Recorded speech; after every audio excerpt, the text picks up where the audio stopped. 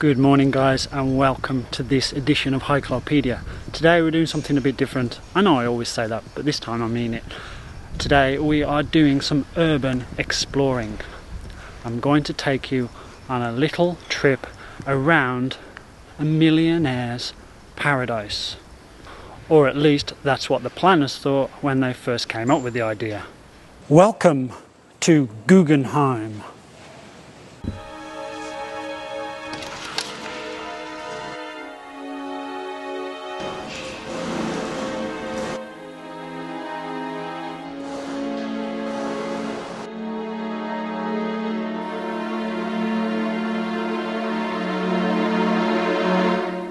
Guggenheim is a street of 12 luxury mansions. Why call this place Guggenheim? Well, for those of you unfamiliar with Asia, it's actually quite common for property developers to name their developments after really fancy Western institutions or places, because I think they kind of feel that it lends it a bit of class and also makes it very interesting to potential customers. Unfortunately, it's also common for them to mangle the English. So in this case, instead of Guggenheim, we have Golden Hom. They were built around 9 years ago, and yet, as you can see behind me, the lights are on, but nobody's home. The only residents around here are these two dogs, Xiao Huang and Xiao Hei, although he's a bit bigger, so maybe we should call him Da Hei. Doggy. They're very friendly, by the way. There's also some feline residents.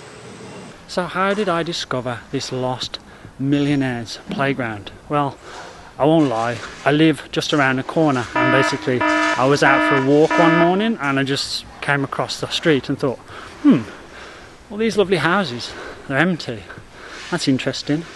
So I did what I always do in these situations. I decided to investigate. And of course, I also wanted to take a sneak peek inside. And luckily, that's not too difficult. Come with me.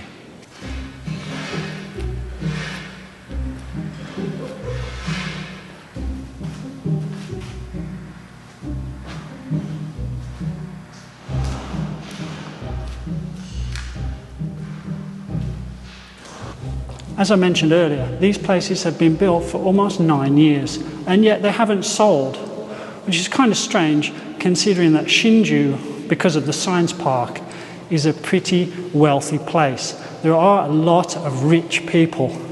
For example, one district in Hsinchu City, Guanxinlu, has the highest average income of any district in the whole of Taiwan. So there are a lot of rich people in Hsinchu. Plus, it's the only city in Taiwan where the population is currently growing. So that has resulted in a very cutthroat housing market, both for rentals and the purchase of new properties.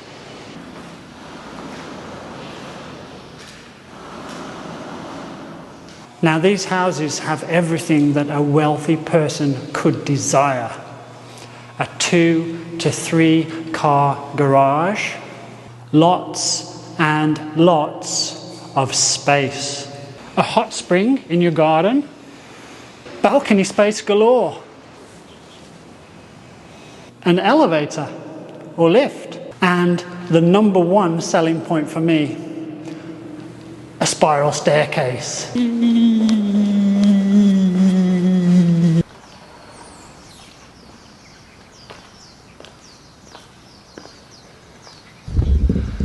And it really is a desirable location. I mean, it's quiet and peaceful around here, yet it's only 5 minutes away from both highways, number 1 and number 3. And it's just a 15-minute drive to the science park, and that's even in rush hour. Trust me, it's true. Another plus is that there are 2 decent schools literally just over the road here. You've got Kangchao Bilingual School and Hsinchu American School. I could throw a stone from here and hit them. And if you can afford to buy a place like this, then international school fees are merely pocket change. So I tried to think of some reasons why these places might still be empty. Maybe it's the price. You see, there are two sizes. Over the road there are 178 ping, and on this side they're 210 ping. Now the ones over there will set you back 50 million Taiwan dollars, or around 1.5 million US. But as you can see, that doesn't get you the interior, so you're probably going to have to drop another hefty sum to get the inside fitted out. Or you could buy the show home, which is over there, and that's available for a cool $75 million. Another potential stumbling block for any buyers would be that someone somewhere decided to build these tower blocks in front of Guggenheim, blocking what was once a quite nice view. The only other downside to living here that I can think of is that for many Taiwanese, it's probably just not fan bien enough. There is only one convenience store nearby, although there is a small shopping mall that is nearing completion and is due to open soon. I looked online to see if there are any negative news stories about this place. For example, a corruption scandal, maybe the developers have gone bust, even a battle over the land rights, but I couldn't find anything. So it's kind of puzzling why these places are still empty. Okay, so they're a bit run down, but what do you expect when nobody's been living inside them for 8 or 9 years? And if you do fancy buying one of these places, you certainly won't have to worry about noisy neighbours. Although I was a little economical with the truth earlier on, as one of these places is actually occupied, while I also saw the estate agent showing somebody around the show home last time I was up here. So what are you waiting for? Me, I'm off home now to start looking down the back of the couch for some spare change. How else am I going to get $1.5 million? Certainly not from YouTube.